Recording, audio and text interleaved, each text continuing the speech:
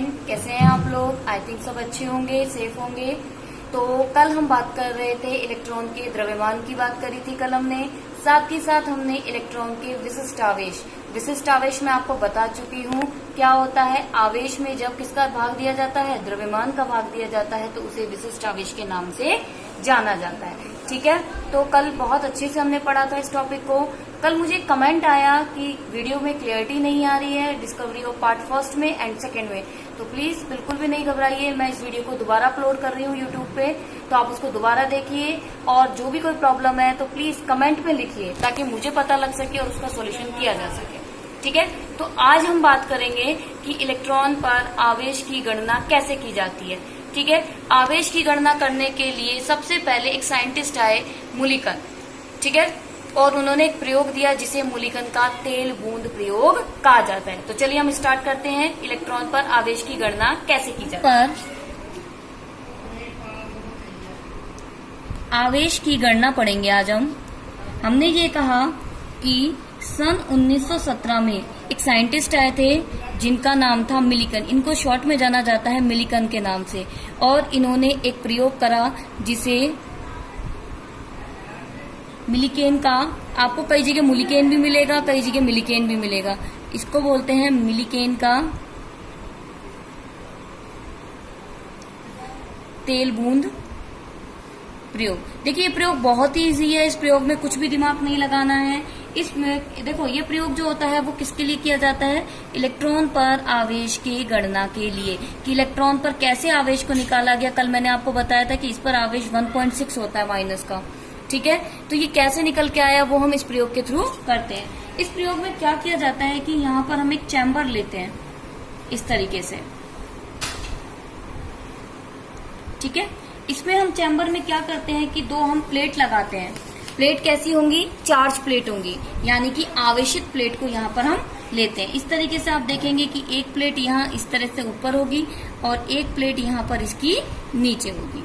ठीक है, दोबारा सुनिए कि इसमें हम क्या करते हैं कि यहाँ पर इलेक्ट्रॉन पर आवेश की गणना के लिए मुलिकन का तेल बूंद प्रयोग करते हैं। मुलिकन ने क्या करा, अपने प्रयोग के लिए एक बॉक्स लिया और उस बॉक्स में ऊपर और नीचे की तरफ दो आवेशित प्लेट लगाई। कैसी प्लेट लगा दी उसने, आवेशित प्लेट लगा दी। ठीक है, ये जो आवेशित प्लेट थी ये पॉजिटिव थी और ये आवेशित प्लेट कैसी थी, नेगेटिव थी। ठीक है, और यहां से उसने क्या करा, जैसे घर में शावर होता है ना, ठीक उसी तरीके से यहाँ पर उसने एक शावर सा लगाया और उसको किससे कनेक्ट कर दिया, तेल की एक डिब्बी के साथ कनेक्ट कर दिया। इसमें जो भरा होगा वो क्या होगा, आपका ऑयल होगा। ठीक है, जैसे स्प्रे करते हैं ना होली पे जैसे रंगों के साथ खेलते हैं, तो ठीक पिचकारी से भरते हैं, ठीक वैसी दिख रही है, थोड़ी अजीब लग रही होगी।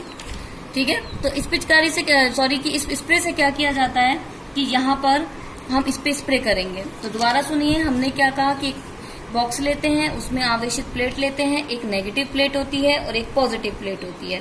ठीक है, उसको किससे जोड़ा जाता है, उसको यहाँ पर एक आप देखेंगे कि यहाँ पर ऑयल से जोड़ा जाता है जो कि एक स्प्रे से जुड़ा हुआ रहता है। ठीक है, यहाँ पर हम क्या डालते हैं, एक छेद करते हैं, ये एक छेद होगा और इस छेद में से क्या डाली जाती है, एक्सरे डाला जाता है। एक्सरे किरणें आप लोगों ने सुना होगा, एक्सरे किरणों को यहाँ से डाला जाता है। ठीक है, और आप देखोगे कि यहाँ पर जो ये तेल डाला जाएगा वो एक फुहार के रूप में होगा। फुहार का मतलब आप समझते हैं, बिल्कुल रिम झिम थोड़ी थोड़ी धीरे धीरे आने वाली होगी। ठीक है, यहाँ से डाला जाएगा।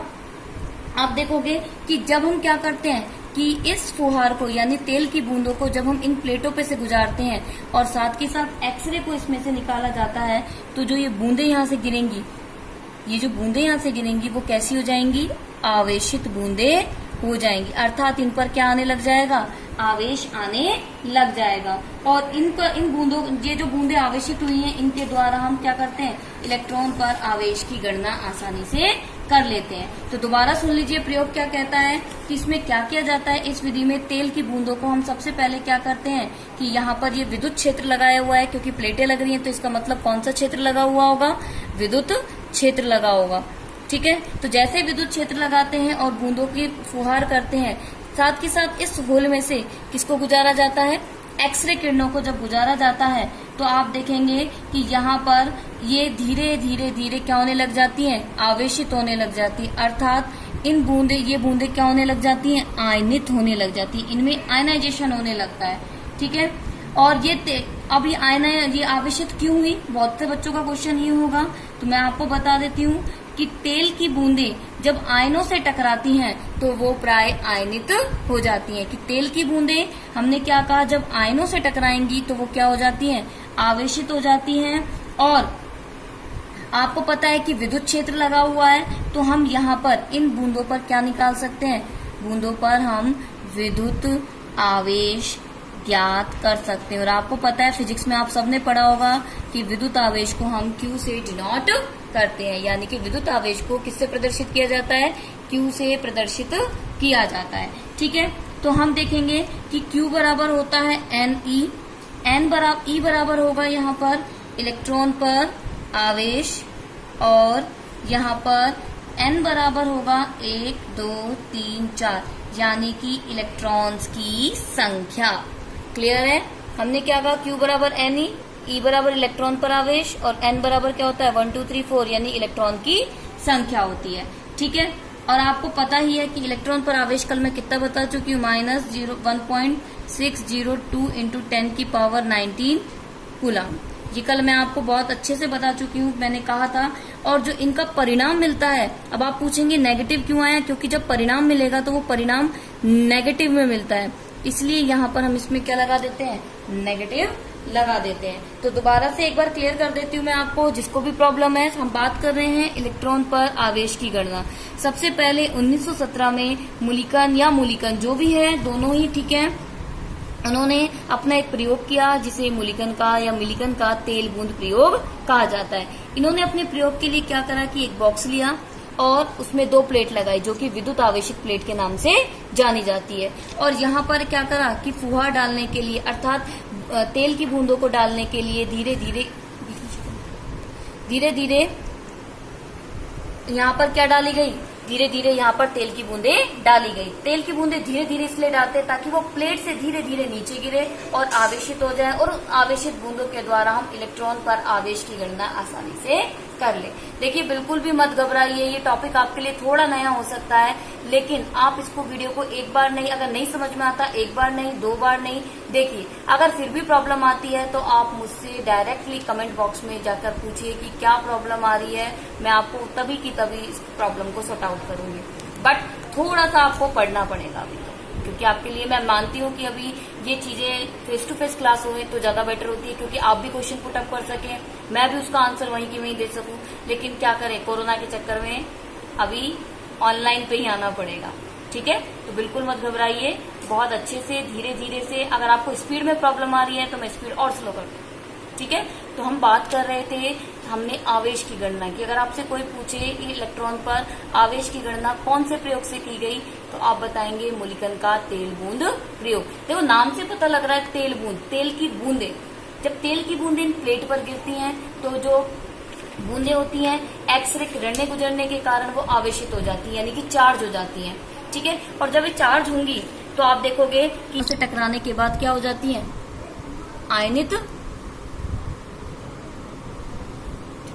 आयनित हो जाती हैं। ठीक है, तो अब हमने यहाँ देखा कि यहाँ पर धीरे धीरे ये बूंदे हैं वो आयनित हो गई, क्योंकि यहाँ पर आप देखोगे कि वायु भी है अंदर, और वायु जो होगी वो एक दूसरे को क्या करेगी, यहाँ टकराने का काम करेगी। क्लियर है भाई? तो ये इस तरीके से हम क्या करते हैं, इलेक्ट्रॉन पर आवेश की गणना करते हैं। तो मैं आपको एक बार दोबारा रिपीट कर देती हूँ। इलेक्ट्रॉन पर आवेश जो होता है, जिसे हम चार्ज की बात करते हैं, वो होता है